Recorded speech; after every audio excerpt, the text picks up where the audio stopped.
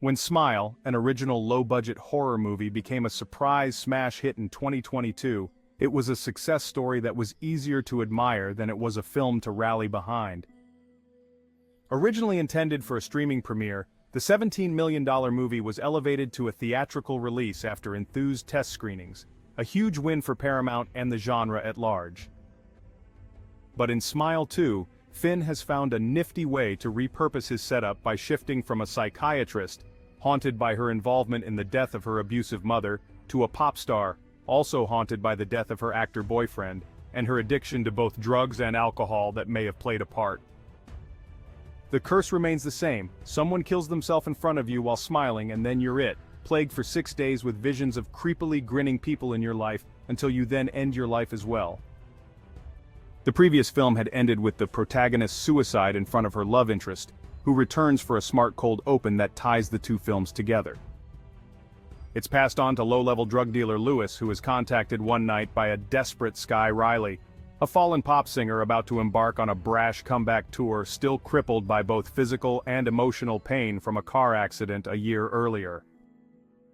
But when she arrives at Lewis's place, it's clear that something isn't right, and what she initially puts down to an overindulgence in cocaine, she then sees as something else as Lewis brutally kills himself in front of her. It's a boon time for both films centered on pop stars. The film joins Trap and The Idea of You this year, with 2025 giving us Anne Hathaway and Mother Mary, and horrors focused on the hell of being a famous woman, coming just after The Substance. We're not sure if Smile 2 really adds much to an experience that we don't already know. Fame equals lonely, fans equals obnoxious, momagers equals annoying, but it does make for a neat, well-utilized setting for a horror film about losing one's mind. The decadent disintegration of a celebrity recalls late 70s and 80s genre fare like The Eyes of Laura Mars and The Fan. The world of celebrity within the film is also one that feels mostly believable. The music is convincingly radio-friendly, Skye's shifting identity as a pop star tracks visually, Drew Barrymore plays Drew Barrymore in a talk show scene. Even if they couldn't get Madison Square Garden to play ball, Skye's big concert is at Cough's Herald Square Garden. Finn is also bizarrely obsessed with the power of a Voss water bottle, which goes beyond product placement into baffling key plot component territory.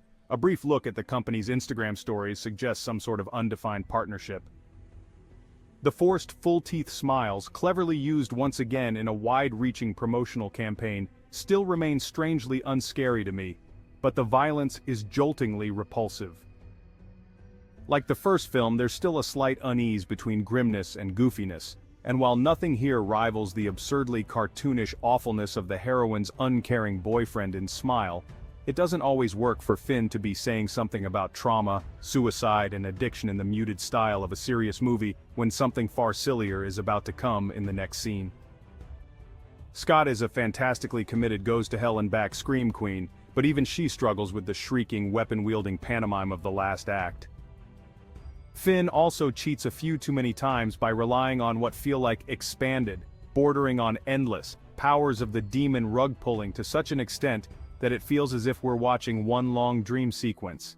The film is an unforgivably overextended 127 minutes long, and despite such narrative trickery, he can't distract us from what's essentially the same long, hopeless march as the first film.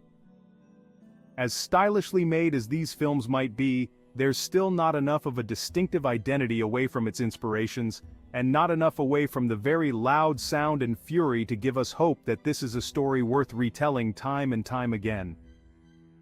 Smile 2 is out in US, UK, and Australian cinemas on the 18th of October. Don't forget to like, comment, and share this video. Subscribe and hit the notification button to stay updated with the latest trends.